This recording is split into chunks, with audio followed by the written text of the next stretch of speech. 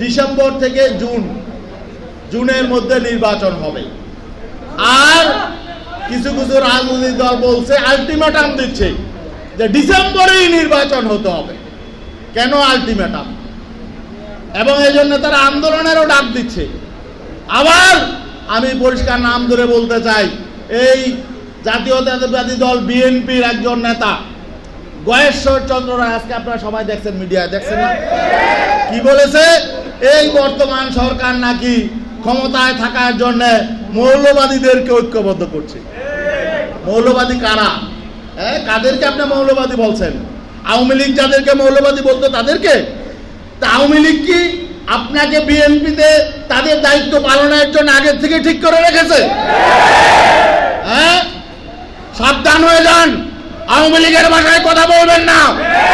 আওয়ামী লীগ যেই পলিসিতে ক্ষমতা এসেছিল, ওই সচিবালয়ের সচিবদের আন্দোলনের ভিত্তি থেকে আওয়ামী লীগ প্রথম ক্ষমতায় আসে, মনে আছে কিনা? ঠিক ৯৬-তে।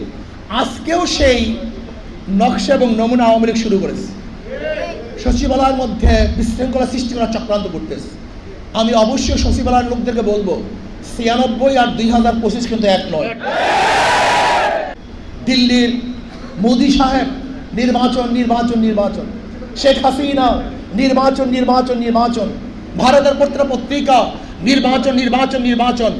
আমাদের দেশেরও কিছু লোক যারা ভারতের দালালি করে, ভারতকে কন্ট্রোল করে, ভারতের সাথে হাত মিলিয়ে ক্ষমতায় যাওয়ার চক্রান্ত করতেছে, তারা বলে খালি নির্বাচন নির্বাচন নির্বাচন। আমরা বলি নির্বাচন, কিন্তু সংস্কারের আগে কোনো নির্বাচন নয়। যদি সংস্কারের আগে নির্বাচন হয়, তাহলে চাঁদাবাজরা আবার ক্ষমতায় যাবে, লুটেরও আবার ক্ষমতায় যাবে, দুর্নীতিবাজরা আবার ক্ষমতায় যাবে। আমি দেখেছি এখন বিএনপির অনেক কথাবার্তা এবং তাদের কাজ ফেসিস আওয়ামী লীগের সাথে হুবাহু মিল, কাজেও মিল, বক্তব্যও মিল। ওই আওয়ামী লীগ যে বক্তব্যগুলি দিতেন, মুখস্থ বক্তব্য, এরা রাজাকার, এরা মৌলবাদী, এরা চরমপন্থী, এরা গোড়াপন্থী, এরা অমুকপন্থী, আজকেও দেখছি বিএনপির মুখে একই বক্তব্য। আবার আওয়ামী লীগ যে চাঁদাবাজি করতো, দুর্নীতি করতো, আজকে দেখতেছি একটা দল সেই একই কাজ করতেছে, দুর্নীতি করতে, চাঁদাবাজি করতে। আমরা চাঁদাবাজ, চাঁদা মুক্ত দেশ চান না চাঁদাওয়ালা দেশ চান?